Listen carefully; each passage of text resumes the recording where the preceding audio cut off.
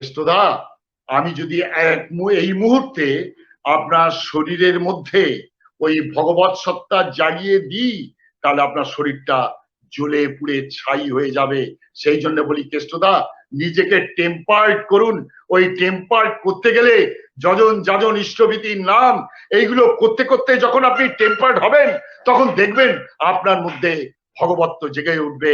তখন ঠাকুর আর আমার হবে না, ঠাকুরের আপনি হয়ে উঠবেন। এই ঠাকুরের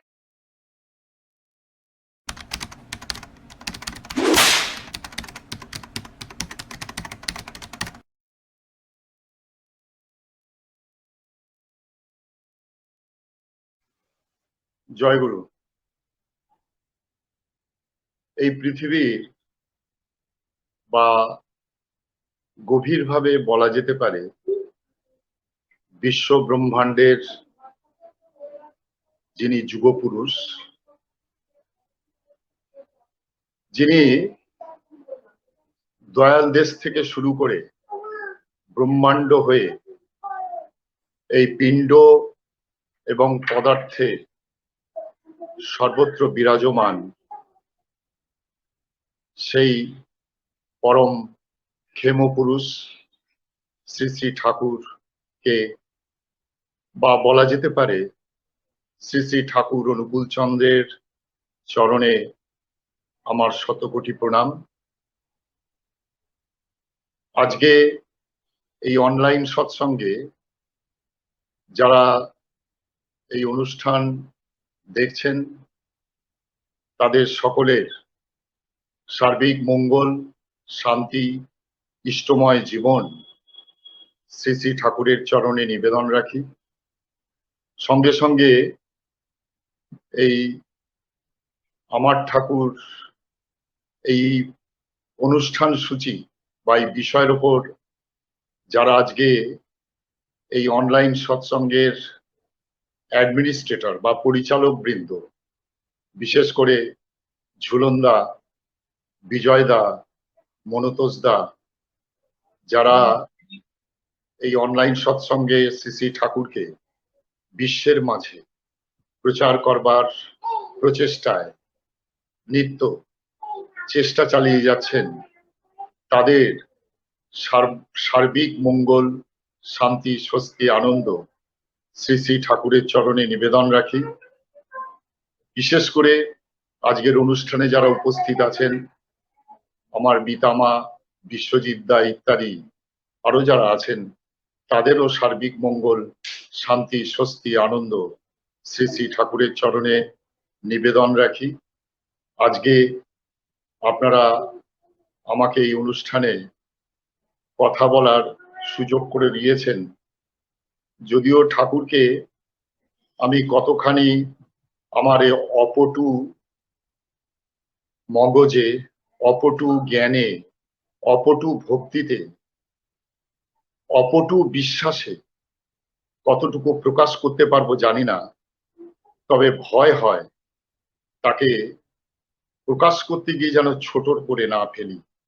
যদি সেরম কিছু থাকে আপনারা আমাকে ক্ষমা করে দেবেন, কারণ এই অপটু মানুষটি ঠাকুরের কথা যে বলার সুযোগ পেয়েছে, সেই জন্যে আমি হয় ভীষণ ভয় করে যে তাকে যেন ছোট করে না ফেলি। আজকে যদিও বিষয়টি হচ্ছে আমার জীবনে শ্রী শ্রী ঠাকুর, আপনারা বলেছেন আমার জীবনে ঠাকুর কি করে বা ঠাকুরকে নিয়ে আমি কিভাবে চলছি, এই কথাগুলি প্রকাশ করবার জন্যে সাধারণত আমি পরিবারগত দিক থেকে ঠাকুরকে কিন্তু পাইনি। আমার বাবা মা বা বংশগত দিক থেকে ঠাকুরের কেউ চরণাশ্রিত নয়।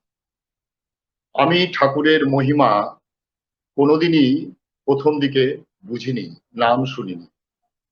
স্কুলে যখন পড়তাম তখন রাস্তাঘাটে ঠাকুরের উৎসব হবে এরম দু একটা পোস্টার দেখতাম, কিন্তু স্কুল জীবন থেকে আমার নিজের জীবন সম্বন্ধে একটা উচ্চাশা তৈরি হয়। এই উচ্চাশাটা আমি মনে মনে পোষণ করতাম, কিন্তু এই উচ্চাশাটা কখনোই পূরণ হতো না। যখন হায়ার সেকেন্ডারি পড়ি, তখন এই উচ্চাশা কি করে পূরণ করব, জীবনের লক্ষ্যে কি করে পৌঁছবো, এই আশা নিয়ে আমি যদিও ছোটবেলা থেকে বিভিন্ন গ্রন্থের মাধ্যমে, পড়াশোনার মাধ্যমে বিদেশি সাহিত্য, বিদেশিদের জীবনী বা দেশীয় মহাপুরুষদের যারা সাফল্য লাভ করেছে তাদের জীবনী পড়বার চেষ্টা করতাম, বুঝবার চেষ্টা করতাম যে তারা কিভাবে জীবনে সাফল্য লাভ করেছে। বিশেষ করে এই প্রসঙ্গে আমার রাশিয়ান সাহিত্যিক, যদিও যদিও তিনি আজকে লেজেন্ড, লিও টলস্টয়, তার জীবনটা আমার কাছে খুব নাড়া দিয়েছিল একটি ঘটনায়। আমি আসবো সেই প্রসঙ্গে, টলস্টয়ের প্রসঙ্গে আসবো, কিভাবে তার জীবনের ঘটনা আমাকে নাড়া দিয়ে আমাকে বাধ্য করেছিল এই ঠাকুরের চরণে সমর্পিত হতে, ঠাকুরের চরণে সমর্পিত হতে। আমার মনে আছে লিও টলস্টয়ের, আমি তখন খুব বই পড়ছিলাম, তার জীবনী পরিক্রমার মধ্যে যখন গেলাম তখন দেখলাম যে তিনি লেখা বন্ধ করে দিলেন মাঝ রাস্তায়। লেখা বন্ধ করে দিলেন কারণ অনুসন্ধান করে জানা গেল তিনি জীবন সম্বন্ধে হতাশ। তিনি জীবনে কি করে সাফল্য লাভ করা যায় এই সাফল্যে পৌঁছতে পারছেন না। যিনি ওয়ার অ্যান্ড পিস লিখলেন তিনি কিন্তু সারা বিশ্বে তাকে খ্যাতি এনে দিয়েছে। তিনিও কিন্তু ভাবছেন কি করলে জীবনটা সঠিকভাবে শান্তি পাওয়া যায়, স্বস্তি পাওয়া যায়, আনন্দ পাওয়া যায়, এই চিন্তায় অস্থির হয়ে গেলেন। অর্থাৎ তিনি জীবনে হতাশায় ভুগছিলেন। এই হতাশাটি ঠিক যে হতাশা থেকে আমি তার জীবনী পড়বার চেষ্টা করছিলাম, দেখলাম অত বড় সাহিত্যিক তিনিও যেন হতাশ।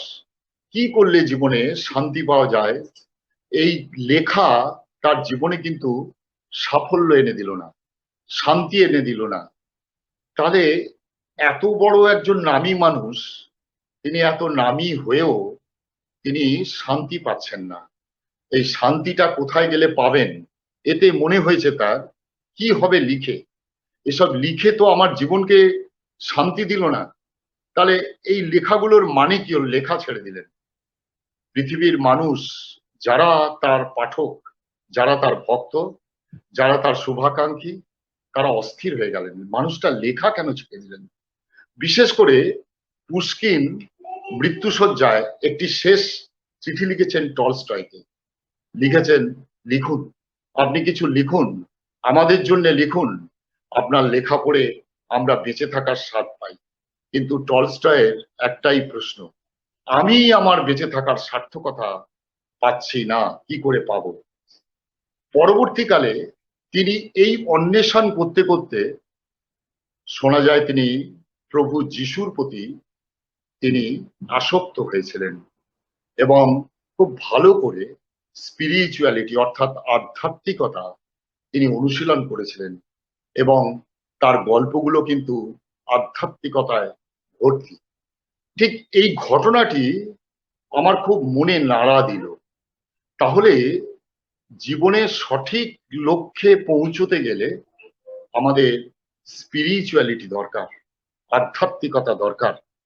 এই বিষয়ের উপর দাঁড়িয়ে আমি যখন আধ্যাত্মিকতার চর্চা করছি, তা সত্ত্বেও কিন্তু আমি শান্তি পাচ্ছি না ওই হায়ার সেকেন্ডারি পড়ার সময় থেকেই। তা সত্ত্বেও কিন্তু শান্তি পাচ্ছি না। তাহলে টলস্টয় শান্তি পেলেন কি করে। ঠিক সেই মুহূর্তে দাঁড়িয়ে, যেহেতু আমার খুব বন্ধু বান্ধব ছিল এবং আমরা কলকাতার ছেলে তো প্রচুর আড্ডা মারতাম, আড্ডার সঙ্গে সঙ্গে প্রচুর বন্ধু বান্ধব থাকতো। আর আমি বিভিন্ন বন্ধু বান্ধবদের সাথে একটু মিশতাম। ঠিক এইভাবেই আমার এক ইষ্টভ্রাতা, তখনও যদিও সে কিন্তু আজন্ম পিতৃপুরুষ গতভাবে সে ঠাকুরের আশ্রিত, ঠাকুর অনুকূল চন্দ্রের আশ্রিত। তার নামও বলতে আমার কোনো অসুবিধে নেই, আমি তার নাম বলে নিজেকে গর্ববোধ করতে পারি। তার নাম হচ্ছে নির্মল পাল। সে আমাকে, তার সাথে আমার এই মনের আদান প্রদান হতো। আমার এই ফ্রাস্ট্রেশন, আমি যে বেঁচে থাকার সার্থকতা খুঁজে পাচ্ছি না, বা কি করলে আমি ওই উচ্চাশা পূরণ করব। এবং অলরেডি আমি যেমন স্বামী বিবেকানন্দের বই প্রচুর পড়ে ফেলেছিলাম, ঠিক তেমনি আরো অনেক আধ্যাত্মিক বই পড়েছি। রামায়ণ, মহাভারত, গীতা, বিশেষ করে বাইবেল, এগুলো সবই পড়েছিলাম। পড়েও কিন্তু আমি সার্থকতা পাচ্ছিলাম না। সে তখন আমাকে বলল, তাপস, তোমাকে আমি কয়েকটা বই দিই, তুমি এই বইগুলো পড়ো বলে ঠাকুর এর কয়েকটি বই আমাকে দিল। বইগুলো আমার মনে আছে, তার মধ্যে যেমন সত্যানুসরণ ছিল, ঠিক তার মধ্যে আলোচনা প্রসঙ্গে ছিল। এই দু তিনটে এইরকম বই দিয়েছিল, দুটো আলোচনা প্রসঙ্গে, একটি সত্যানুসরণ। এবং সত্যানুসরণ আলোচনা প্রসঙ্গে পড়তে পড়তে আমার মানসিকতা, ধ্যান ধারণা সবটাই চেঞ্জ হয়ে গেল। কারণ আমি যে শিক্ষায় মানুষ হয়েছিলাম, ঠাকুর অনুকূল চন্দ্রের এই আলোচনা প্রসঙ্গে বা সত্যানুসরণ পড়ে আমি দেখলাম যে একটা আমার চিন্তাধারা যেন এই কথাগুলোর মধ্যে কোথায় যেন এগিয়ে যাচ্ছে। ঠাকুরকে প্রশ্ন করা হচ্ছে প্রেম কি, ঠাকুর বলছেন প্রেম হচ্ছে প্রিয়কে সুখী করা, যে কোনো মূল্যে প্রিয়কে সুখী করা। আমার জীবনে একটা এই কথাটাই বিপ্লব ঘটে গেল। সত্যানুসরণে একটা অদ্ভুত কথা পড়লাম, অভাবে পরিশ্রান্ত মনি ধর্ম বা ব্রহ্ম জিজ্ঞাসা করে নতুবা করে না। সঙ্গে সঙ্গে এই কথাটা পড়ার সঙ্গে সঙ্গে আমার টলস্টয়ের কথা মনে পড়ে গেল। টলস্টয় এই যে মানসিক সংকট, এই যে অভাব, এই অভাব থেকে তিনি আধ্যাত্মিকতার মধ্যে চলে গিয়েছিলেন। এই আধ্যাত্মিকতার লেখাগুলো তিনি লিখতে পেরেছিলেন। এইখান থেকেই শুরু হলো আমার জীবনের নতুন দিক অন্বেষণ। আমি নির্মলদাকে বলেছিলাম যে আমি তো সত্যি, আমার মনে হচ্ছে আমার জীবনের কিছু সঠিক এর উত্তর আমি পেয়ে যাচ্ছি।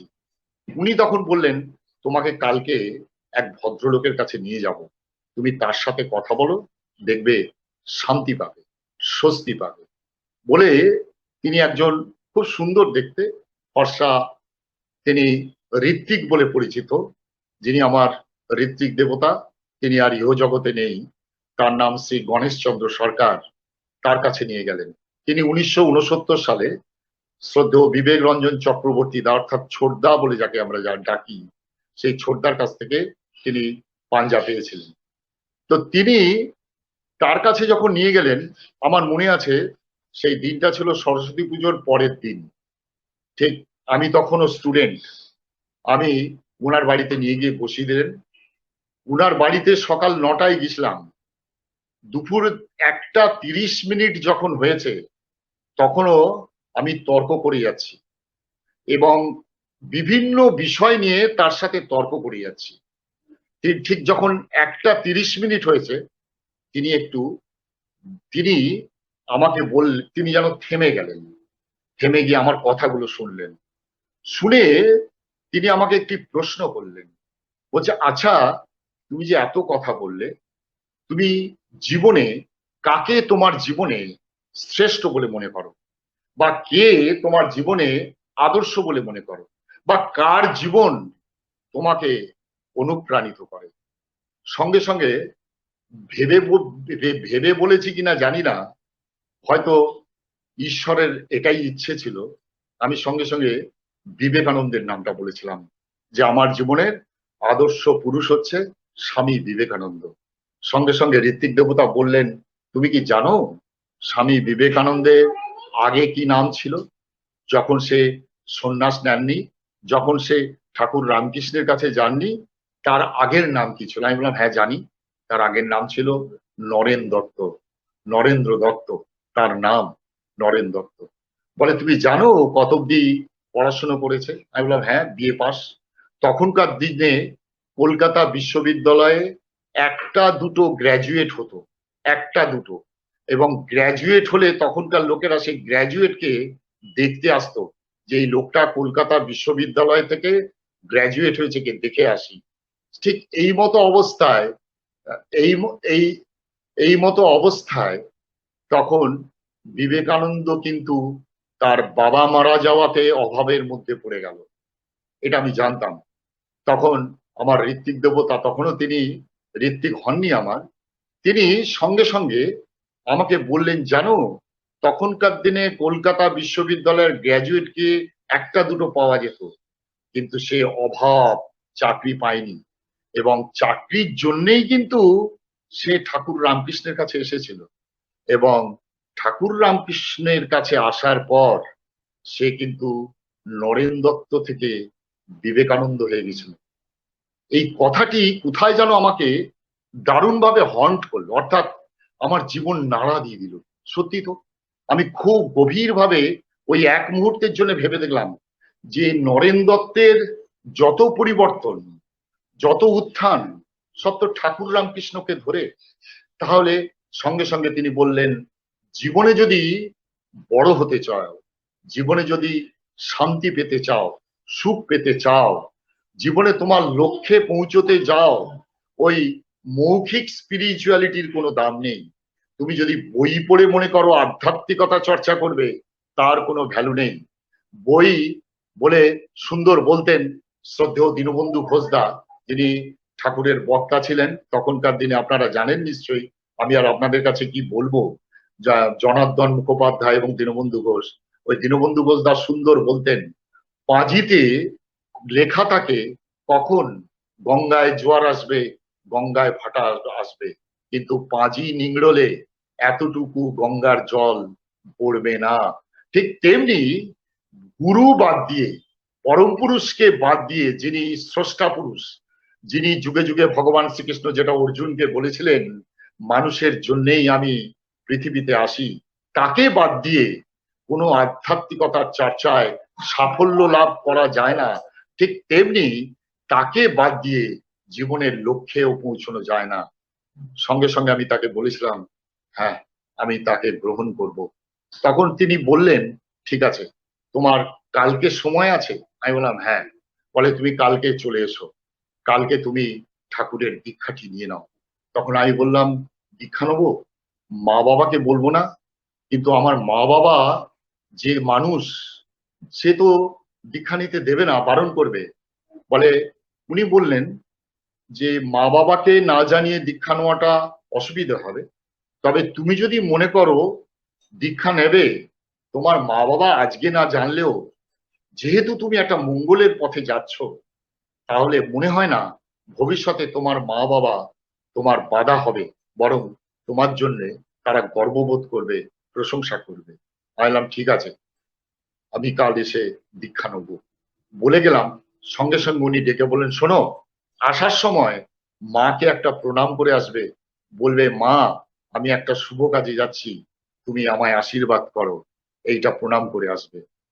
তা আমি যথারীতি ওই ঋত্বিক দেবতার কথা অনুসারে আমি সকালবেলা মাকে প্রণাম করলাম। প্রণাম করে বললাম, মা আমি আমি আজকে একটা শুভ কাজে যাচ্ছি, তুমি আমায় আশীর্বাদ করো। মা এরকম অবাক কাণ্ড, দুহাত তুলে বললেন, আমি তোকে আশীর্বাদ করছি বাবা, তুই জয় হয়ে আয়। তখনও বুঝিনি ওই আশীর্বাদ আমার জীবনে কি পরিমাণ বোঝা হয়ে দাঁড়িয়েছিল, পরে সে বুঝেছি। চলে গেলাম, দীক্ষা নিলাম। দীক্ষা নেওয়ার পর জানলাম রোজ আমাকে পয়সা দিয়ে ইষ্টবিধি করতে হবে। তখন তো আমি বাবার পয়সায় মানুষ, বাবার পয়সায় আমি চলি। বাবা স্কুলের মাইনে দেয়, বাবা কলেজে ভর্তি হওয়ার টাকা দিলে তবে আমি কলেজে ভর্তি হব। আমি ইষ্টবিধিটা করব কি করে? আমি ঋত্বিক দেবতাকে বললাম না। আমি যে ধ্যান করব, আমি যে প্রার্থনা করব, প্রার্থনার মধ্যে তো বাড়ির লোক জেনে যাবে আমি দীক্ষা নিয়েছি। আর আমার বাড়ির পরিবেশ এই দীক্ষা নেওয়াটাকে কখনোই তারা মনে করে, যদিও আমার বাবা মা কালীর ভক্ত, আমার বাবা এখনো যদিও বেঁচে আছেন, তার 92-93 বছর বয়স, অথর্ব হয়ে গেছেন।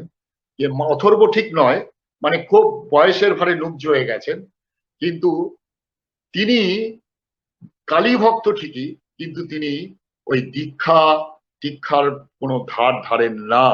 তিনি বলতেন যে মা আছে, মাই রক্ষা করছে, ওই মাই আমাকে রক্ষা করে যাচ্ছে। এই প্রচলিত বিশ্বাসে আমিও তাই ছিলাম, যদি না আমি এই সংস্পর্শে আসতাম। তিনি এই অবস্থায় দাঁড়িয়ে বাবার ওপর দাঁড়িয়ে আমি ইষ্টভীতিটা করব কি করে? ওইভাবে বাবার পয়সা নিয়ে, বাবার পয়সায় হেরাফেরি করে, জানি না পরমপিতা আমাকে কিভাবে রক্ষা করবেন। আমি এইভাবে ইষ্টভীতির পয়সা জোগাড় করতাম, বাবার পয়সা বাঁচিয়ে ইষ্টভীতি করতাম লুকিয়ে। ভোর 4টের সময় উঠে, আমি সবাই ঘুমোচ্ছে, ভাই বোন একসাথে ঘুমোচ্ছি, ভোর 4টের সময় বসে বসে ধ্যান করতাম। একদিন আমার এক ভাই বা বোন দেখে নিয়েছিল, বলছে বড়দা তুমি কি করো? আমি না ওটা পদ্মাসন করি, পদ্মাসন করলে শরীর ভালো থাকে জানিস তো, পদ্মাসন করি, কিন্তু ওটা আমি ধ্যান করি। আর যখন প্রার্থনা করতাম, ওরা ঘুম থেকে উঠে বেরিয়ে গেলে ঘরের দরজা বন্ধ করে আমি আস্তে আস্তে খুব গুনগুন করে, যাতে কেউ শুনতে না পায়, এইভাবে প্রার্থনা করতাম। এই হলো আমার আধ্যাত্মিক জীবনে চলার পথ। কিন্তু এর পরে নির্মলদা আমাকে শ্রদ্ধেয় দীনবন্ধু ঘোষদার সাথে নিয়ে গেল, বলল তোমার জীবনে তো, কারণ তখনও কিন্তু আমার মানসিক সংকট বা আমার জীবনে যা, সেটা কাটেনি। তিনি আমার সাথে সৎসঙ্গের, তখন যারা বড় বড় মানুষ ছিলেন, বিশেষ করে তখনকার দিনে কিরণ মুখার্জি দা, দীনবন্ধু ঘোষ দা, অনিল সরকার দা, এই 3জন মানুষের সাথে এই নির্মলাই আলাপ করিয়ে দিয়েছিল। প্রথমে দীনবন্ধুদার কাছে গেলাম। দীনবন্ধুদা বললেন যে দেখো, তুমি দীক্ষা নিয়েছো ঠিকই, কিন্তু জেনে রেখো, স্বস্তায়নী না নিলে তুমি কিন্তু জীবনের লক্ষ্যে বা উন্নতিতে পৌঁছতে পারবে না। তখন আমি বললাম স্বস্তায়নীটা কি? উনি স্বস্তায়নী বলতেই বললেন নিরামিষটা কিন্তু খেতে হবে, তুমি কি নিরামিষ খাও? আমি বললাম যে না, আমার বাড়িতে নিরামিষ খাওয়া তো মুশকিলের ব্যাপার হবে।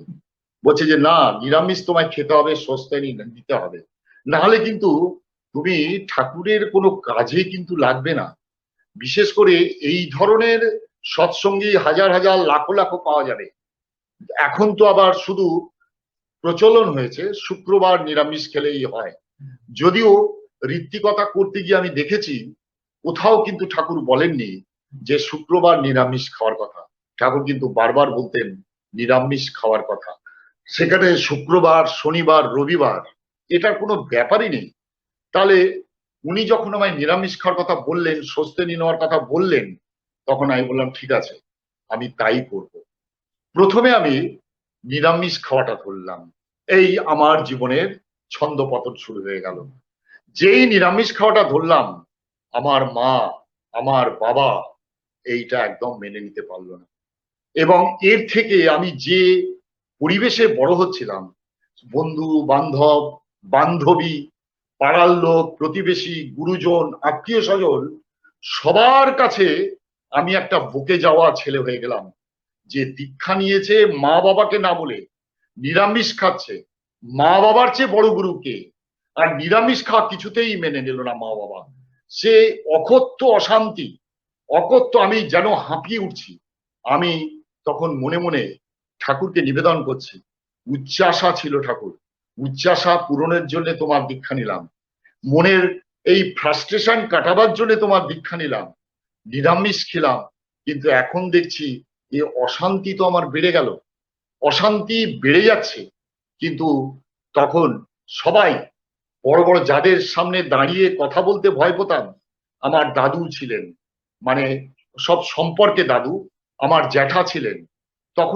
এখনকার দিনের গুরুজনদের যেমন অতটা কেউ সম্মান দেয় না দেখি, মানে না, কিন্তু আমরা কিন্তু দাঁড়িয়ে সামনে কথা বলতে ভয় পেতাম।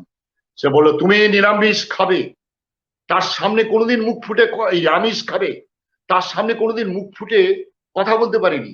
সেদিন যেন আমার অবচেতন স্তর থেকে মুখ দিয়ে বেরিয়ে এলো, না দাদু পারবো না। যে দাদুকে ভয়ে, কারণ আমার দাদু ছিলেন মাস্টার, ছোট দাদু অর্থাৎ বাবার কাকা, ওই অঞ্চলে মানে যে কটি লোক আছে সবাই আমাকে বলতো মাস্টার মশাই নাতি। সেই দাদুকে কিন্তু সবাই ভয় পেত, পাড়ার লোকেরা সবাই কিন্তু দাদুর সাথে সমীহ করে কথা বলতো। সেই জায়গায় দাঁড়িয়ে সে বলল, তুমি মাছ মাংস খাবে, এই দাও ওকে মাছ দাও, মাছ দাও, 4টে মাছ দাও। ও মাছ খাবে, এই দাঁড়িয়ে রইলাম, ভাত খেতে বসেছি।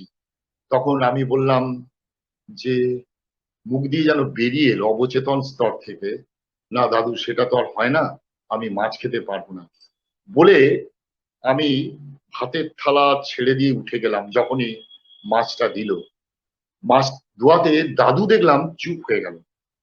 অন্য সময় হলে হয়তো মারতো, একটা চড় দিত বা কান ধরে টানতো, কারণ সেই দিন দেখলাম তিনি হতভম্ব হয়ে গেলেন এবং তিনি এটা বিশ্বাসই করতে পারছেন না যে আমার মতো ছেলে ওনার মুখের উপরে এইরকম বিনয়ের সাথে কি করে কথাটি বলবো। তিনি আর কিছু বললেন না, চুপ করে গেলেন, মারলেনও না আমাকে, কিছুই বললেন না, চলে গেলেন। এরপরে মা বাবা শুরু করলেন, কে তোর ঋত্বিক, ডাক, আমি তার সাথে কথা বলবো। কোনো সব গুরু ভাইদের বাড়ি আসা বন্ধ হয়ে গেল, কেউ আসতে পারে না। শুধু তাই নয়, আমার খাওয়া মুশকিল হলো। প্রত্যেকদিন আমাকে মাছ দেবে, মাংস দেবে, খেতে হবে, আমি যথারীতি ওই মাছ মাংস ছেড়ে ভাতের থালা উঠে যেতাম। মজার ব্যাপার হলো, মা একদিন আমার জন্মদিনটা খুব ভালো করে পালন হতো, সেই জন্মদিনে মুরগি কেটেছিল। মা বেশ কিছু পাড়ার বন্ধু বান্ধব, কিছু মহিলা বন্ধু বান্ধব তাদেরও নেমন্তন্ন করেছে, সবাই মিলে খাবো। আমি বলেছি হ্যাঁ খাবো, কোনো অসুবিধে নেই, আমাকে নিরামিষ দিতে হবে, ওদের তুমি নিরামিষ মুরগি মাংস, মাছ, পাঁঠা মাংস যা খুশি দাও, কিন্তু আমি কিন্তু খাবো না। এই বলাতে তা বললো, সবাই বললো তুই যদি আজকে মাছ না খাস, মাংস না খাস, আমরা কেউ খাবো না তোর জন্মদিনে, আমরা উঠে চলে যাব। আমার কাছে একটা বিরাট মানসিক চাপ হয়ে গেল। আমি বললাম তোরা আমাকে ক্ষমা করিস, আমি পারবো না। তখন ওই বন্ধু বান্ধবরা বলছে, মাসিমা দিন, ওকে মাছ মাংস দিন, ও যদি না খায় খাবো না। আমি কিন্তু উঠে গিয়েছিলাম, সেই অবস্থায় খাইনি। সে কি তুমুল অশান্তি, সেগুলো আর প্রকাশ করছি না। এইবার প্রশ্নের মুখে দাঁড়িয়ে গেলাম, পাড়ায় বেরোলাম, রে মা বাবার চেয়ে বড় গুরু কে, খুব ভক্ত হয়ে গেছিস, গুরু গুরু হয়ে গেছিস।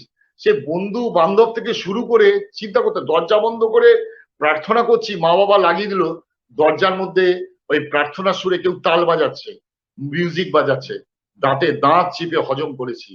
এইবার আমার মনে প্রশ্ন হলো, তাহলে কি দীক্ষাটা নিয়ে আমি কি খুব অধর্ম করলাম, মা বাবাকে না জানিয়ে? আর এদিকে ঠাকুরের বই পড়তে গিয়ে জানতে গেলাম যে মা বাবার সাথে অবাধ্য হওয়া চলবে না। মা বাবা তোমার জীবনের পরম গুরু। বিশেষ করে একটা ছেলের কাছে মাই সব, আর একটা মেয়ের কাছে বাবাই সব। ঠাকুরের কি ছড়া আছে, ছেলের টান মায়ের ওপর, মেয়ের টান বাপে, সেই বংশের ছেলে মেয়ে নষ্ট হয় না চাপে। আরো বলা আছে, মাতৃভক্তি অটুট যত, সেই ছেলে হয় কৃতি তত। এই পড়ে আমি আরো মরজ হয়ে যাচ্ছি। কি করব, আমি যে একটা বিরাট অধর্ম করলাম। তাহলে মা বাবা যদি গুরু পথে যেতে বাধা দেয়, সেখানে উত্তরণের পথটা কি? এই খুঁজতে খুঁজতে ঠাকুর রামকৃষ্ণের জীবনী আমি পড়তে শুরু করলাম। খুঁজছি উত্তর কোথায়, এর শাস্ত্রীয় সমাধান কোথায়, এর বক্তব্যটা কোথায়। পেয়ে গেলাম একটা সুন্দর একটা, আমি আমার জীবনের জন্য উত্তর পেয়ে গেলাম। উত্তরটা কি?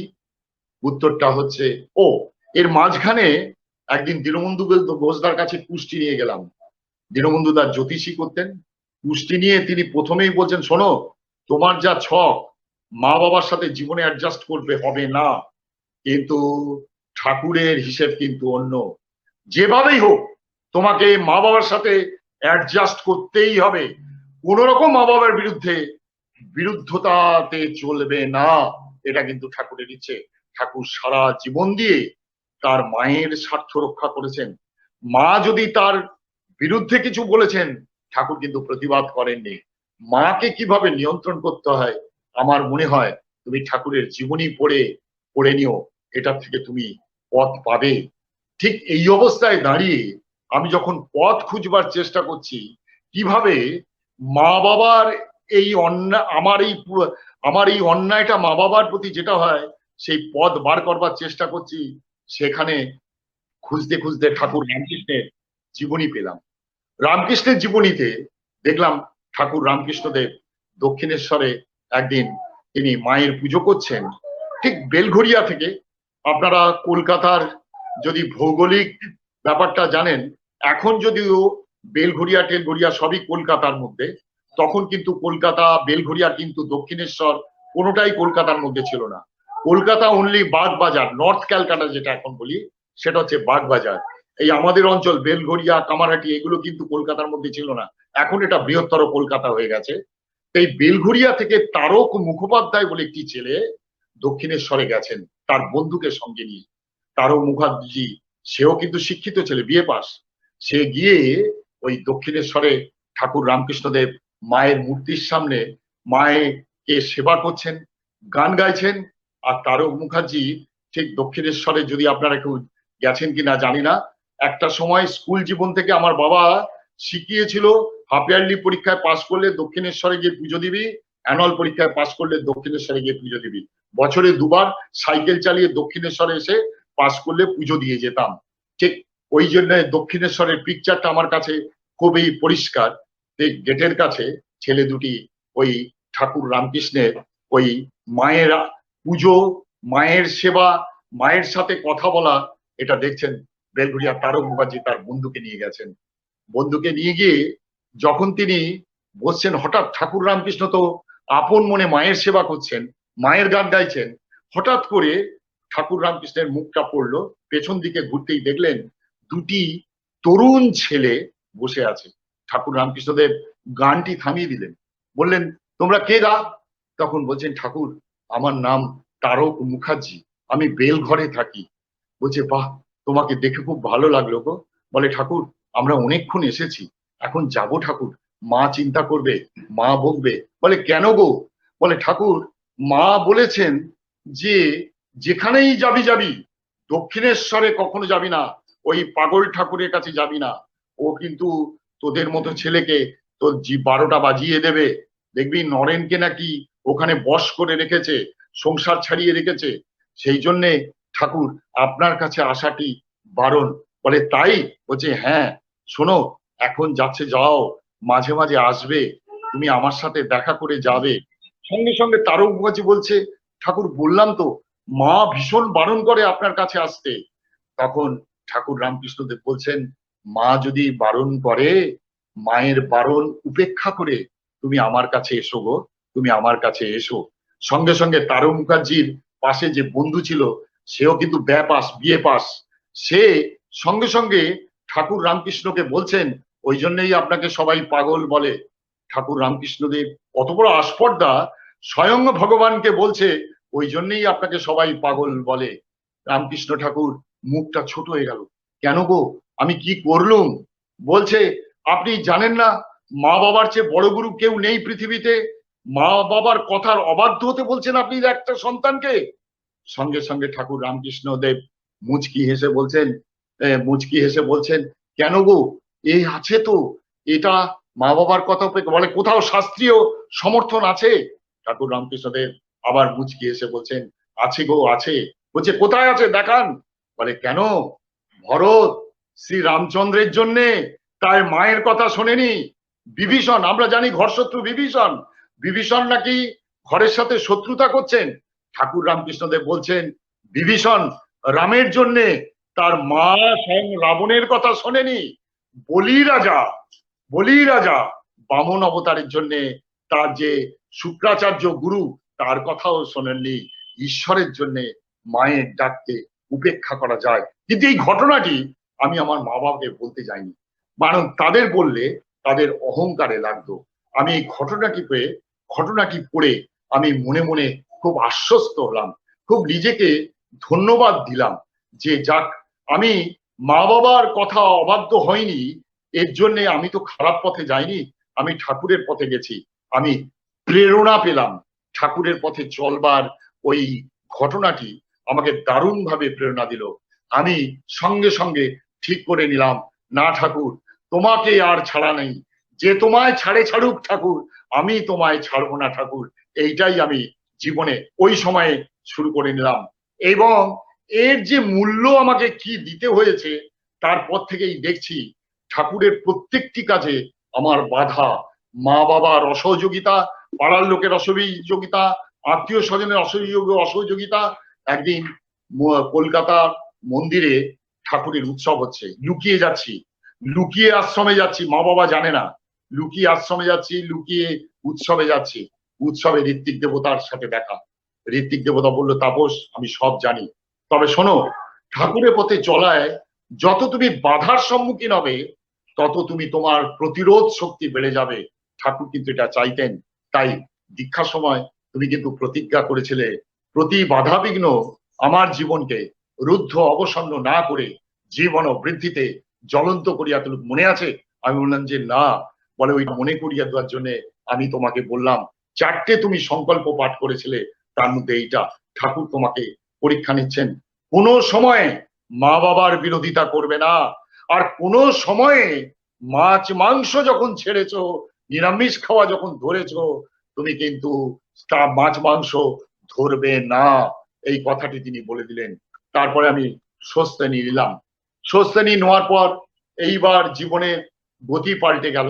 আমার ঋত্বিক দেবতা বারবার একটা কথা বলতেন, ব্যক্তিগত জীবনে যেমন তোমার অধ্যয়ন তপস্যা যেমন দরকার, এটা দীনবন্ধু ঘোষ দারুণ ভাবে আমাকে ইন্সপায়ার্ড করেছিল। তাপস, ঠাকুরকে বুঝতে গেলে ঠাকুরের কন্টেম্পোরারি যত বই আছে সব কিন্তু তোমায় অধ্যয়ন করতে হবে এবং তপস্যাও করতে হবে। শুধু অধ্যয়ন করলে হবে না, তপস্যাও করতে হবে। অধ্যয়ন এবং তপস্যা দুটো জিনিস যদি না থাকে তাহলে কিন্তু তুমি কিন্তু ঠাকুরকে বৃহত্তর অর্থে বুঝতে পারবে না, সঠিকভাবে ব্যাখ্যাও করতে পারবে না মানুষের কাছে। এই শুরু হলো ঠাকুরকে নিয়ে আমার। इसका तो आश्रय लेना ही है। सदगुरु तो मिलता না দাদা, বলুন, কন্টিনিউ করুন। কিছু বলছেন মনে হচ্ছে? না দাদা, কন্টিনিউ করুন, এটা পান্ডেজি। আচ্ছা আচ্ছা আচ্ছা। তা এই শুরু হলো আমার জীবনযাত্রা এবং ঠাকুরকে নিয়ে যাজন। আমি আমার বন্ধু বান্ধবদের মধ্যে ঠাকুরকে নিয়ে যাজন করে দীক্ষা দোয়াতে লাগলাম। এবং তখনও কিন্তু আমি চাকরি পাইনি, কলেজ জীবন শেষ করলাম, চাকরির জন্য খুঁজছি, ছোটখাটো চাকরি পাই, চাকরি করছি। চাকরি করতে করতে মানে গঙ্গা দিয়ে অনেক জল গড়িয়ে গেল, সব কথা বলার সময় হবে না, আপনারা সময় হলে একটু আমাকে ওয়ার্নিং দিয়ে দেবেন। সব কথা বলার সময় না। আমার বিবাহ হলো, বিবাহর পর আমার ঠিক পরমপিতার দয়ায়, পরমপিতার আশীর্বাদে আমার একটি মেয়ে হলো। যদিও অল্প বয়সে আমার স্ত্রী বিয়োগ হয়ে গেল মেয়ে হওয়ার পর, কিন্তু তার আগে আমি ঋত্বিকতার পাঞ্জা পেয়েছিলাম। যদিও এর মধ্যে অনেক ঘটনা আছে, এই বিবাহ হওয়া, ঠাকুরকে নিয়ে চলা, এসব নিয়ে অনেক ঘটনা আছে, কিন্তু সেই বিবাহের মধ্যে আমার ঋত্বিক দেবতা ছিলেন, দীনবন্ধু দা ছিলেন, অনেক ছিলেন। এই ঠাকুরকে নিয়ে চলার পর যাজন করতে গিয়ে আমি প্রতি মুহূর্তে খুব ঠাকুরকে নিয়ে যাজন করতে গিয়ে অসুবিধের মধ্যে পড়তাম, এবং অসুবিধে যখন পড়তাম তখন কিন্তু ওই দীনবন্ধু দা আমাকে কিন্তু খুব সাহায্য করতো। এইবার ঠাকুরের জীবনী পড়তে পড়তে পড়তে পড়তে আমি অবাক হয়ে গেলাম যে ঠাকুর এক জায়গায় তিনি ধর্ম নিয়ে বলছেন, দর্শন নিয়ে বলছেন, অর্থনীতি নিয়ে বলছেন, রাষ্ট্র ব্যবস্থা নিয়ে বলছেন, আবার রাজনীতি নিয়ে বলছেন, আবার তিনি অশিক্ষিত মানুষদের জীবনযাত্রা নিয়ে বলছেন, আবার আধ্যাত্মিকতার চরম জায়গায় চলে যাচ্ছেন। এক জায়গায় তিনি বলেই ফেললেন যে আমার বলা যে ধর্ম, দর্শন, সাহিত্য, অর্থনীতি সব বিজ্ঞানের সাথে মার্চ করে গেছে, এখানে আলাদা কিছু নেই, আলাদা কিছু নেই। ঠাকুরের জীবনী পড়তে পড়তে আমি অবাক হয়ে যাই, প্রতি মুহূর্তে আমি ব্যক্তিগতভাবে উদ্বুদ্ধ হয়ে যাই ঠাকুরের জীবনী পড়ে। 100টা লোক ঘিরে বসেছে, তিনি একটা কথা বলছেন, 100টা লোক প্রশ্ন, একটা কথা বলছেন, 100টা লোকের উত্তর হয়ে যাচ্ছে। কিভাবে সম্ভব?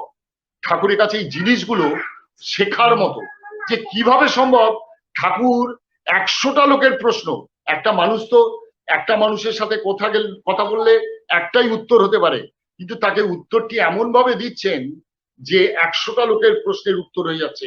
এই কথা বলার টেকনিকটা কি, ঠাকুরের কাছে এইগুলো অনুশীলন করার ব্যাপার। ঠাকুরের কাছে আমি শ্রদ্ধেয় অধ্যাপক অনিল সরকার দা, আপনারা জানি না তাকে চেনেন কিনা জানেন কিনা, তিনি পাবনা থেকেই ঠাকুরের সঙ্গে আছেন। অধ্যাপক অনিল সরকার দাস সাথে আমার খুব সম্পর্ক ছিল, আমাদের এখানে আসতেন, আমি তার সাথে সৎসঙ্গ করতাম, তিনি আমাকে উদ্বুদ্ধ করতেন। তিনি আমাকে একটি ঘটনার কথা বলছেন, বলে জানিস আমি তখন উনি বঙ্গবাসী কলেজের পরবর্তীকালে ফিজিক্সের হেড অফ দি ডিপার্টমেন্ট হয়েছিলেন।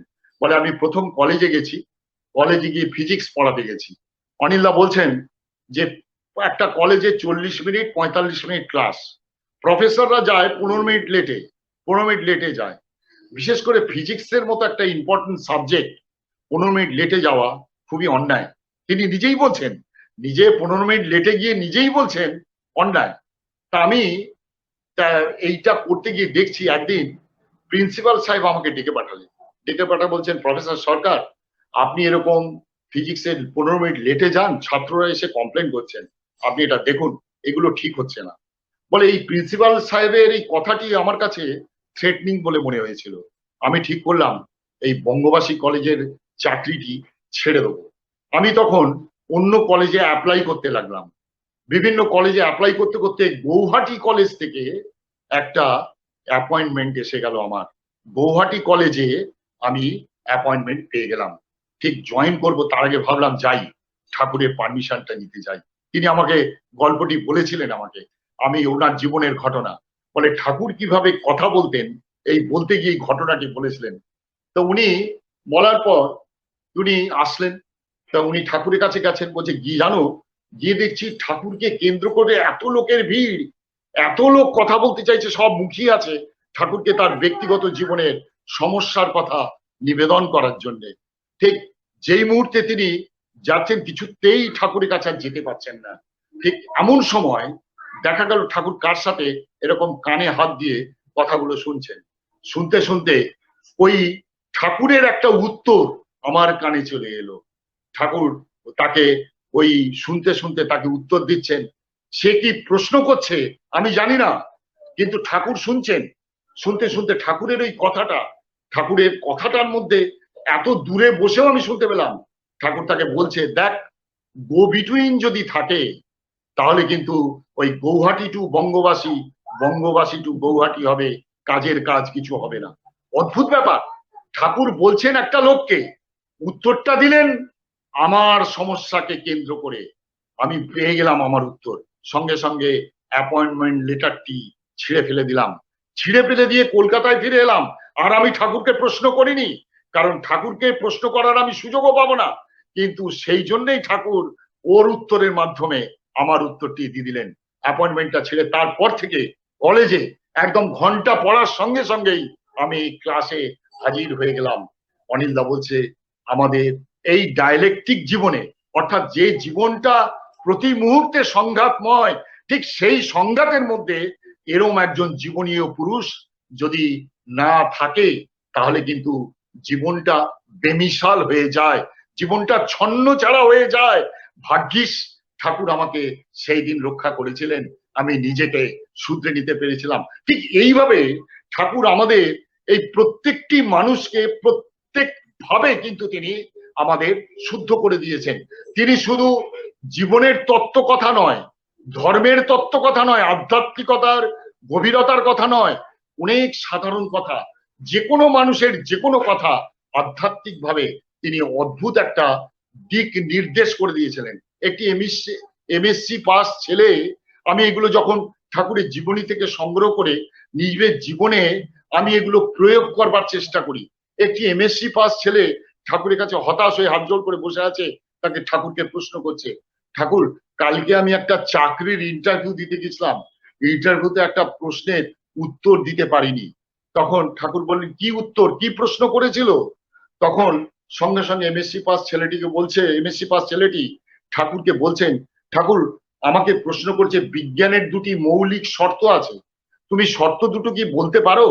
সঙ্গে সঙ্গে ঠাকুর এই শর্ত দুটি আমি বলতে পারিনি। সঙ্গে সঙ্গে ঠাকুর একটু মিচকি হাসলেন। দেখুন ঠাকুর বলছেন আমি জীবনে একটা পাসও নয়, ঠিকই ঠাকুরের ম্যাট্রিক পাসও নয়, ঠাকুর বলছেন আমি জীবনে কোনো বইপত্র পড়িনি, ঠাকুর বলছেন জীবনে একটি বই পড়েছি, সেটা হচ্ছে মায়াবিনী, তাও একটি ডিটেকটিভ উপন্যাস। বলে আবার ঠাকুর বলছেন ভাগ্যিস পড়িনি, তাই পরমপিতা আমার মাথাটাকে ঠিক রেখেছেন। অর্থাৎ আমি ফার্স্ট হ্যান্ড নলেজ যেটা বলে সেইটা আমি মানুষকে দিতে পারি, আমি কারুর দ্বারা প্রভাবিত নয়। অর্থাৎ পরমপিতা যে কথাটি বলে আমি সেই কথাটি আপনার বলতে পারি। বলে সঙ্গে সঙ্গে বলছে ওই প্রশ্নটি যদি আমায় করতো আমি কি বলতাম জানো? বলে কি?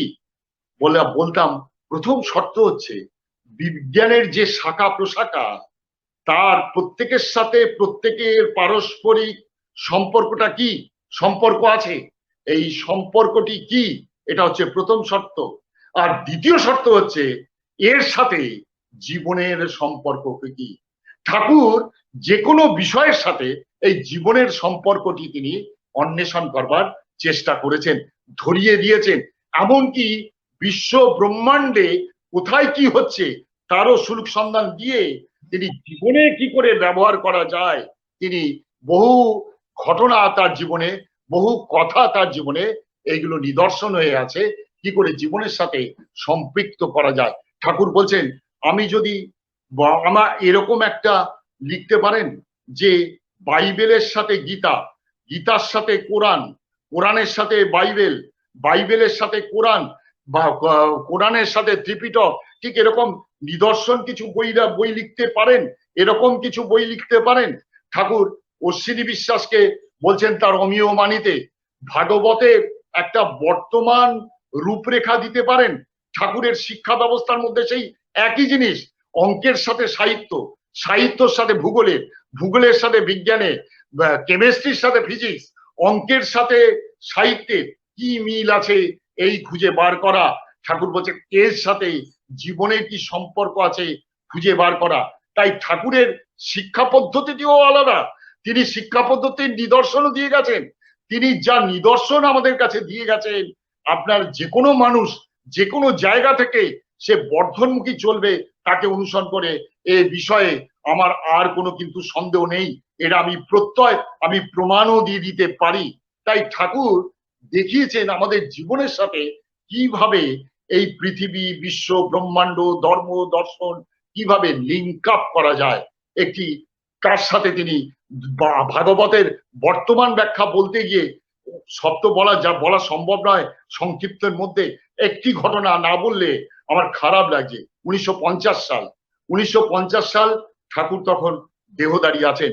কাজলদা তখন খুবই ছোট বোধহয়, কাজলদা বড়জোর 10-12 বছরের ছেলে।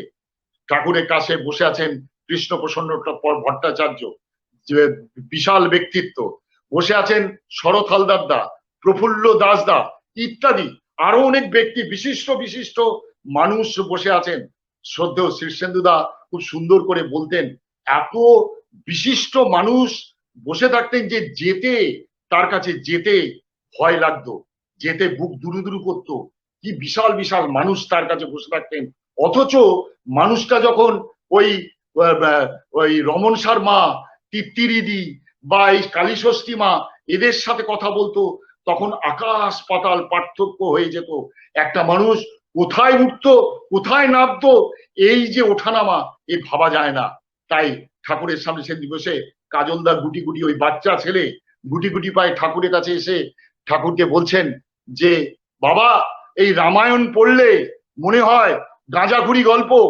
তখন ঠাকুর বলছেন কেন, কেন কাজল সোনামণি, কেন এটা মনে হচ্ছে? বলছে হনুমান লঙ্কায় 100 যোজন দূর সমুদ্র, লঙ্কা লাফ দিয়ে পেরিয়ে গেল, হনুমানের তো কোনো পাখা ছিল না, তো হনুমানের কি পাখা ছিল? এগুলো তো গাঁজাখুরি গল্প।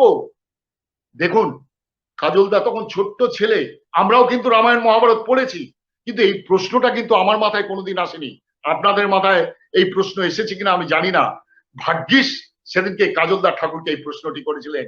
ঠাকুর সঙ্গে সঙ্গে কেষ্টদা বলছেন সত্যি তো ঠাকুর, এ আমাদের মাথায় তো এই প্রশ্নটা আসেনি, হনুমান কি করে লঙ্কায় গেল? সঙ্গে সঙ্গে ঠাকুর বলছেন আমার মনে হয় কেষ্টদা অরিজিনালি সংস্কৃত ভাষায় রামায়ণ এবং মহাভারতটি পড়া দরকার।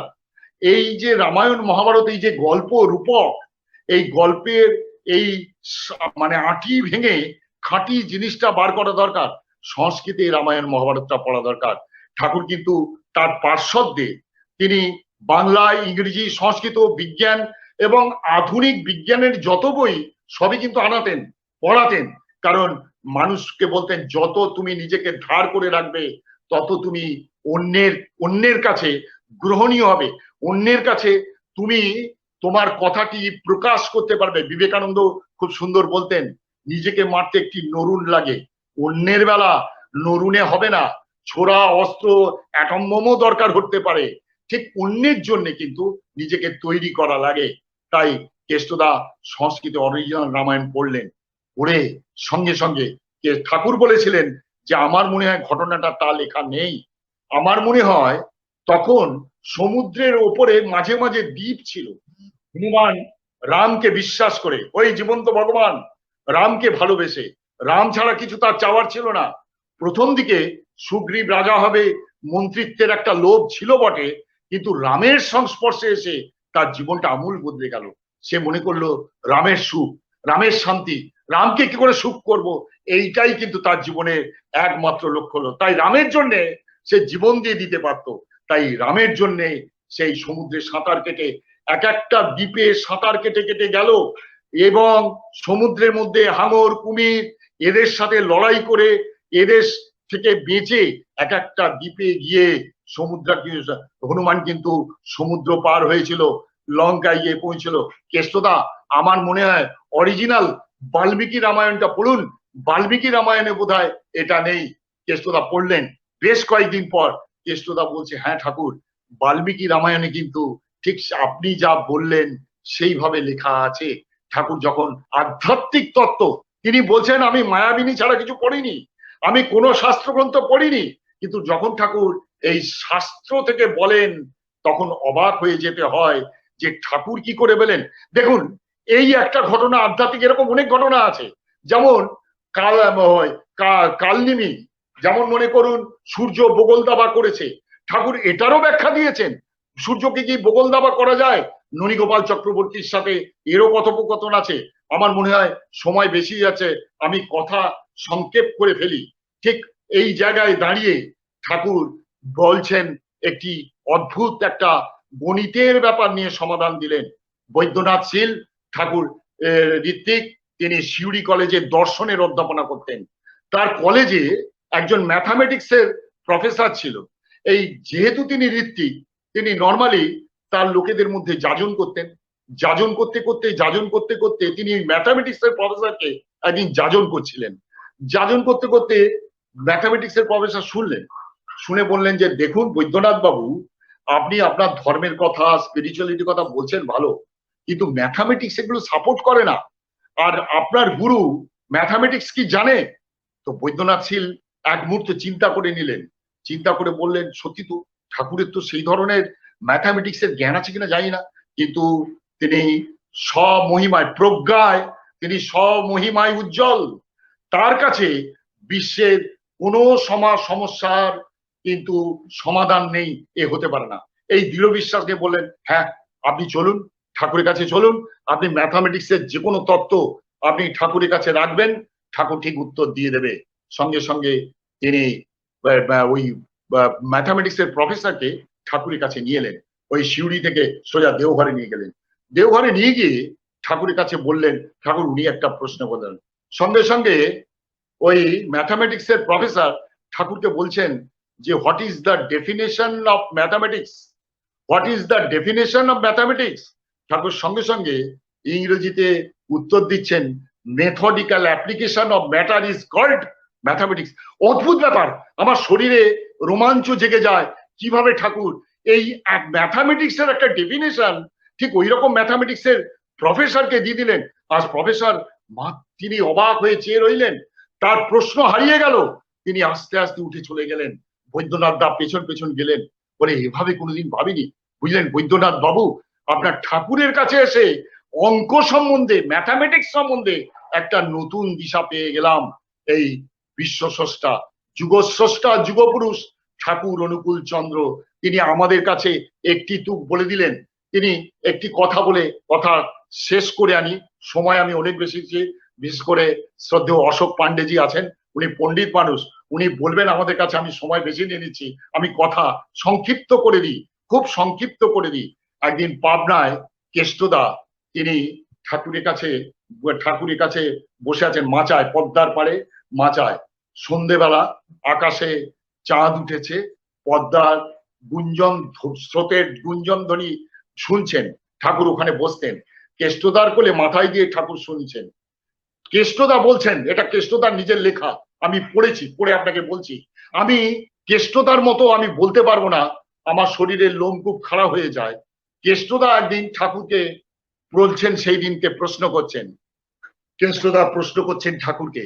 ঠাকুর বলছেন সেদিনকে, যে নর মানুষটা, যে নরদেহধারী মানুষ, যাকে আমরা ভগবান বলছি, যাকে যুগস্রষ্টা বলছি, সেই মানুষটি কি আদৌ যুগস্রষ্টা? তার মনে প্রশ্ন হলো। প্রশ্ন হয়ে বলছেন, ঠাকুর এই যে আকাশ, এই যে তারা, এই যে চন্দ্র, এই নদী, সমুদ্র, বিশ্ব, ব্রহ্মাণ্ড, সবই কি আপনার সৃষ্টি? আপনি কি স্রষ্টা? সাধারণত ঠাকুরকে এই প্রশ্ন করলে ঠাকুর হাসতেন, হেসে বলতেন, তুমিও যেরম অবতার, আমিও সেরম অবতার। তুমিও যেমন ভগবান, আমিও তোমার ভগবান। তোমার ভগবানত্ব জাগাও। ঠিক এইভাবে প্রশ্ন উত্তরগুলো ঠাকুর দিতেন। কেষ্টদা বলছে, সেদিন কিন্তু এর কোনোটাই বললেন না। ঠাকুরের মুখ চোখটা কিরম যেন উদাসীন হয়ে গেল, একটা গভীর ছায়া ঠাকুরের মধ্যে হলো। ঠাকুরের গলার স্বরটা আমি চিনতে পারলাম না। বলছেন যে, হ্যাঁ কেষ্টদা, এ সবই আমার সৃষ্টি। তখন বলছেন, এই বিশ্ব ব্রহ্মাণ্ড সব আপনার সৃষ্টি? বলছে, হ্যাঁ সবই আমার সৃষ্টি। বলে, এই মুহূর্তে আপনি কি এগুলো ধ্বংস করতে পারেন? বলছে যে, হ্যাঁ আমি ইচ্ছে করলে এই মুহূর্তেই ধ্বংস করে দিতে পারি। তাহলে করছেন না কেন? বলছি, ইচ্ছে করছে না তাই। কেষ্টদা অবাক হয়ে গেলেন, ইচ্ছে করছে না তাই। ঠিক পরের দিন আবার জিজ্ঞাসা করছেন যে, ঠাকুর তাহলে তো আপনি ইচ্ছে করলেই আমাদের মধ্যে, আমরা যারা পাপী তাপী, আমরা যারা প্রবৃত্তি ভারাক্রান্ত, তাদের মধ্যে তো আপনি এক মুহূর্তে ইষ্ট চেতনা জাগিয়ে তুলতে পারেন, ইষ্ট প্রতিষ্ঠা করতে পারেন। বলে, হ্যাঁ পারি। বলে, তাহলে করছেন না কেন? বলে, কেষ্টদা আমি যদি এই মুহূর্তে আপনার শরীরের মধ্যে ওই ভগবৎ সত্তা জাগিয়ে দিই, তাহলে আপনার শরীরটা জ্বলে পুড়ে ছাই হয়ে যাবে। সেই জন্য বলি, কেষ্টদা নিজেকে টেম্পার্ড করুন। ওই টেম্পার্ড করতে গেলে যজন যাজন ইষ্টভীতির নাম, এইগুলো করতে করতে যখন আপনি টেম্পার্ড হবেন, তখন দেখবেন আপনার মধ্যে ভগবত্ব জেগে উঠবে। তখন ঠাকুর আর আমার হবে না, ঠাকুরের আপনি হয়ে উঠবেন। এই ঠাকুরের আমি, এইখানেই আমাদের পৌঁছতে হবে। এই প্রসঙ্গে একটি কথা বলে আমি আমার কথা শেষ করছি। আপনারা নাম জানেন, হালি শহরে ছিল সাধক রামপ্রসাদ ঠাকুর, রামকৃষ্ণের আগে, যিনি কালী ঠাকুরকে তার মনের মধ্যে, তার নিজের জীবনে জাগ্রত করেছিলেন। তখন বাংলার নবাব ছিল শেষ মুসলিম শাসন, নবাব সিরাজউদ্দৌলা বাংলা শাসন করছেন। তিনি রামপ্রসাদের গানের ভক্ত, মাকে নিয়ে রামপ্রসাদের গান, ভারতচন্দ্রের গান তখন বাংলার ঘরে ঘরে ঘুরছে। আর সিরাজউদ্দৌলা রামপ্রসাদের ভক্ত। তিনি তার সেনাপতি মোহনলালকে নিয়ে ওই রামপ্রসাদের ওই ছিটে বেড়া ঘর, বাঁশের ঘর, মুরলি ঘর, শোনা যায় মা নাকি তার মেয়ের রূপ ধরে ওই বাঁশে বেড়া বেঁধে দিয়েছিলেন। সেইখানে তিনি গেছেন। সিরাজউদ্দৌলা ওই মানে রামপ্রসাদকে গেছেন, রামপ্রসাদ দেখলেন নবাব এসেছেন। মোহনলাল বলছে, এই দেখো নবাব তোমার এই কুটিরে এসেছে। বলছে, আমার সৌভাগ্য। বলছেন সিরাজউদ্দৌলা হাত জোড় করে বলছেন যে, কবি আমি আপনার গানের ভক্ত, আপনার মাকে নিয়ে যে গান আমি ভুলতে পারি না, আপনি আমাকে কিছু গান শোনালেন। তিনি দেখলেন কি কষ্টে খাওয়া জোটে না রামপ্রসাদে আছেন। তিনি রামপ্রসাদকে কিছু ধন সম্পদ দিতে চান। বলছেন, তিনি রামপ্রসাদকে অনুনয় করলেন যে, কবি সাধক তুমি আমার কাছে প্রার্থনা করো, তুমি আমার কাছে কিছু প্রার্থনা করো। রামপ্রসাদ বলছেন, কি প্রার্থনা করব? বলছে, তোমার এই যে অভাব, কি কষ্ট, কি দুঃখ, তুমি আমার কাছে প্রার্থনা করো। বলছে, কি প্রার্থনা করবো নবাব? আমার তো কোনো কিছুর অভাব নেই। কি বলছো কবি? তোমার খাওয়ার ঠিক নেই? কে বলছে আমার খাওয়ার ঠিক নেই? এই গঙ্গার জল আছে, আর মা আমাকে ঠিক খাবার জোগাড় করে দেয়, গাছের পাতা টাতা কিছু দিয়ে আমি খাবার জোগাড় করি। খুব অনুনয় বিনয় করছে। স্বয়ং বাংলার নবাব একজন ভিখিরি, তার কাছে মোহনলালের কাছে ভিখিরি, তার কাছে অনুনয় করছে, মোহনলালের সহ্য হচ্ছে না। মোহনলাল তরোয়াল বার করেছে, বলে তোমার আস্পর্ধা, বাংলার নবাব তোমাকে ভিক্ষা প্রার্থনা করছে আর তুমি তাকে গুরুত্ব দিচ্ছ না। সঙ্গে সঙ্গে সিরাজউদ্দৌলা বলছেন, মোহনলাল ও হচ্ছে ভক্ত, ও হচ্ছে সাধক, ও হচ্ছে কবি, ওর ভাষা তোমার ওই তরোয়াল দিয়ে বুঝবে না। তুমি তরোয়ালটাকে বুঝে রাখো, এ ভাষা তুমি বুঝবে না। তুমি জীবনে কি ভাষা বোঝো, সে হচ্ছে তরোয়ালের ভাষা, এই ভাষা বোঝার তোমার সাধ্য নেই। আবার সিরাজউদ্দৌলা বলছে, আমার সুন্দরবনে কিছু পতিত জমি আছে, আপনি চাই সেই জমি জায়গার মালিক আপনাকে করে দিতে, আপনি ওখানে চাষবাস করুন, ওখানে মাকে ডাকুন, আপনি ওখানে আপনার অভাবও থাকবে না, নিশ্চিন্ত মনে মাকে ডাকতে পারবেন। সঙ্গে সঙ্গে রামপ্রসাদ বলছেন, আমিও জমি নিয়ে কিছু করব। কি করব নবাব? নবাব বারবার বলছি তো আমার কোনো অভাব নেই, মাকে নিয়ে আমি সুখে আছি, আনন্দে আছি, মা আমার কোনো অভাব রাখেনি। কি সাহস, কি দুঃসাহস, কি জায়গায় দাঁড়িয়ে রামপ্রসাদ এই কথাটি বললেন। তখন রামপ্রসাদ বলছেন, তুমি আমার মনোবাসনা পূর্ণ করবে না? কিছু অন্তত চাও, কিছু অন্তত চাও, আমি তোমায় দিয়ে ধন্য হতে চাই। রামপ্রসাদ বলছেন, দেবেন দাদা, দেবেন? বলছে, হ্যাঁ দেবো নবাব, দেবো। সাধক তুমি প্রার্থনা করো, দেবো। সাধক রামপ্রসাদ এক মুহূর্তে চোখ বন্ধ করে মাকে ডাকলেন, ডেকে দিয়ে তার কাপড়ের খুঁটো, শতচ্ছিন্ন কাপড়ের খুঁটো পেতে দিয়ে বললেন, দিন। বলে, কি দেব? বলছে, আপনি নিজেকে মায়ের চরণে উৎসর্গ করে দিন, এইটাই হবে আমার পরম পাওয়া। তাই আজকে আমাদের জীবনে একমাত্র পাওয়া, যদি আমরা নিজেকে ওই তাঁর চরণে সর্বোচ্চ প্রবৃত্তি দিয়ে, জ্ঞান, শক্তি, জীবন, প্রবৃত্তি সব দিয়ে যদি তাকে উৎসর্গ করতে পারি, সেটাই হবে আমাদের সঠিক ইষ্টবিধি, এবং সেটাই আমাদের জীবনের লক্ষ্য বলে মনে করি। এবং তখনই আমি আমার ঠাকুর নয়, ঠাকুরের আমি হয়ে উঠবো, সেটাই হয়ে উঠতে চাই। জয়গুরু, বন্দে পুরুষোত্তম।